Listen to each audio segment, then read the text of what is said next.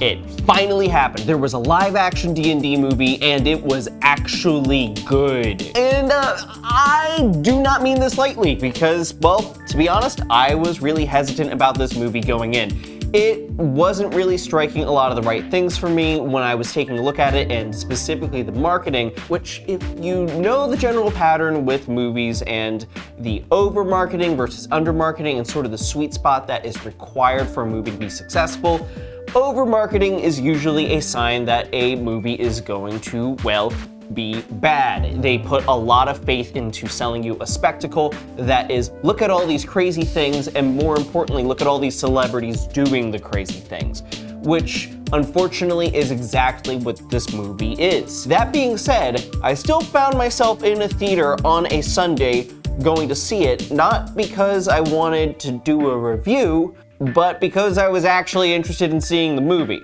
And then I realized that I was at a Sunday sneak peek and I should probably make this video before everyone else is talking about it. So here is your review of Dungeons & Dragons: Honor Among Thieves.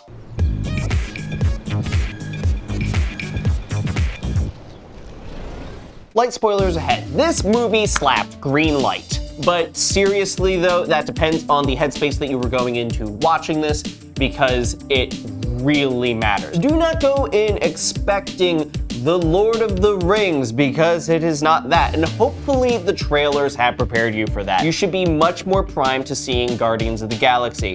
But more accurate, you should be primed for seeing Guardians of the Galaxy 2 because this movie is fucking stupid. Okay, no, seriously, every character in here is the laziest D&D trope that you could possibly go for. You have the tiefling druid who doesn't like to be near the non-nature people. She's a hippie. You have the sad boy wild magic sorcerer who isn't confident in his powers and keeps doing shit by accident. You have the overly tight, no, let's not have fun paladin. You have the deadbeat dad bard, and most unfortunately, you have the barbarian who only speaks in small phrases. And yet, it works so fucking well. This movie is playing itself as your friend's shitty homebrew campaign, and you are there just having the time of your fucking life playing. The dialogue is especially clunky, and this especially shows up for Holga, which is probably because the character is written to be your classic sort of stupid barbarian, but Michelle Rodriguez is so charismatic that kind of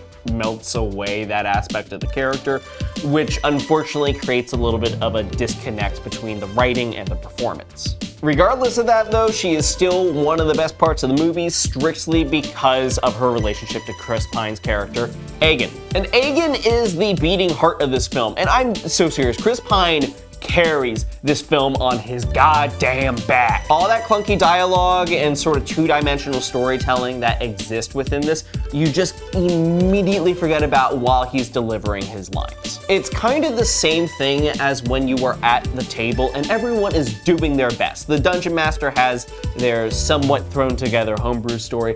Everyone's role-playing along, we're all having a good time, but there's always that one person who just really gets into their character, and everyone is just the better for it. That's Chris Pine. Now, I will say this, Regé-Jean Page shows up as Zenek and completely takes over for a hot second. Honestly, my only criticism of this is that we didn't have him in it long enough, and I just really loved him on screen. You can tell that he knows exactly how obnoxious he can make a lawful good paladin be without them being annoying. And I'm gonna say from personal experience, that's a feat. He did good. And that's the other thing, this is the first movie that is completely set in Forgotten Realms.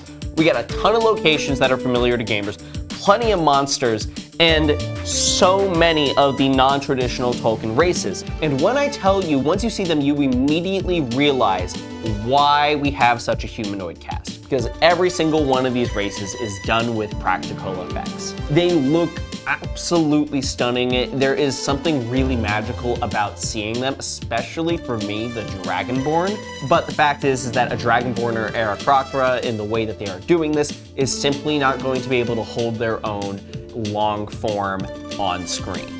My only gripe, of course, is the class representation. Like in The Legend of Vox Machina, they need to pare down the class's powers in order to make them more, well, identifiable and distinct from each other.